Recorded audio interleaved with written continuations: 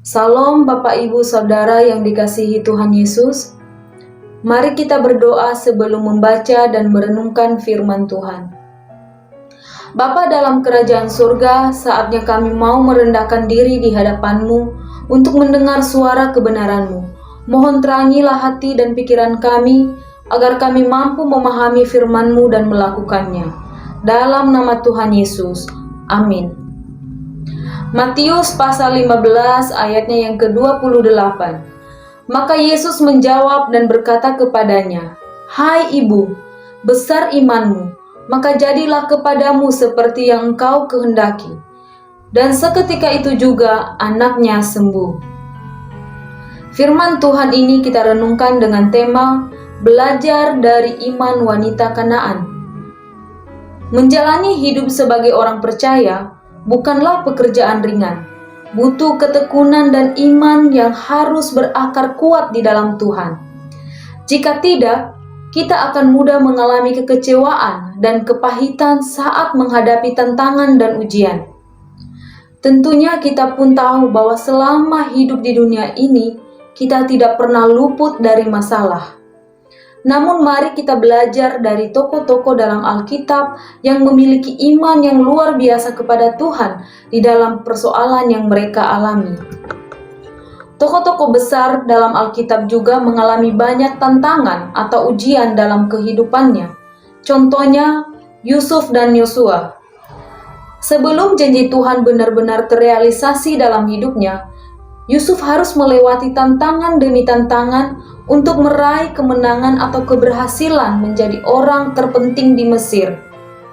Sedangkan Yosua, sebelum berhasil membawa bangsa Israel masuk ke tanah perjanjian, suatu negeri yang berlimpah susu dan madu, dia harus melewati rintangan dari bangsa-bangsa lain yang berusaha untuk menghadangnya. Ini sebuah realita yang dialami oleh tokoh-tokoh hebat dalam Alkitab yang bisa kita contohi kehidupan mereka. Secara khusus, hari ini kita perlu belajar dari seorang wanita Kanaan yang anaknya sedang kerasukan setan. Ibu ini berhasil mengetuk pintu hati Tuhan Yesus dan beroleh belas kasihan darinya, sehingga anaknya disembuhkan.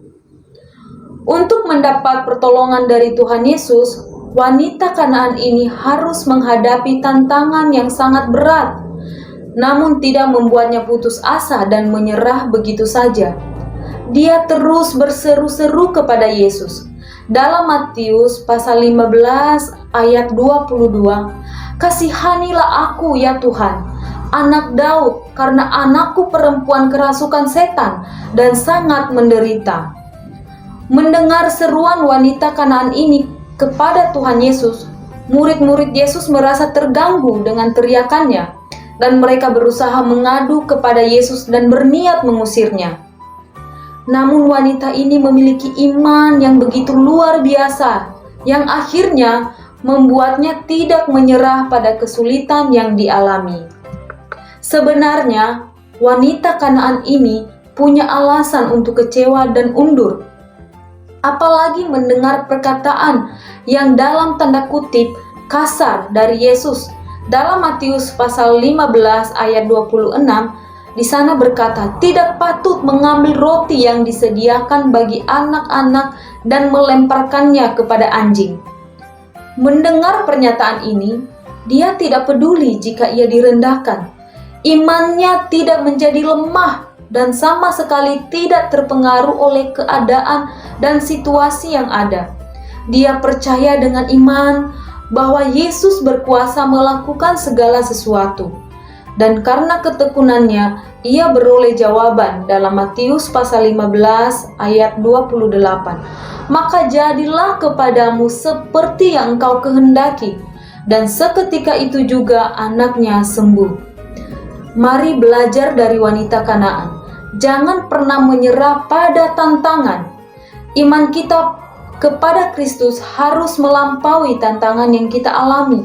Maka percayalah akan ada jawaban dari Tuhan Yesus yang indah dan tepat pada waktunya. Mari kita berdoa. Terima kasih ya Tuhan, ajarlah kami untuk tidak berhenti beriman serta berseru kepadamu. Walau banyak rintangan yang harus kami alami dalam hidup ini, kami percaya bahwa pemulihan yang sejati datang darimu, tepat dan indah pada waktunya. Mampukan kami untuk tetap memandang serta menaruh pengharapan kami hanya padamu dan hidup dalam ucapan syukur. Amin. Demikian renungan firman Tuhan. Tuhan Yesus memberkati.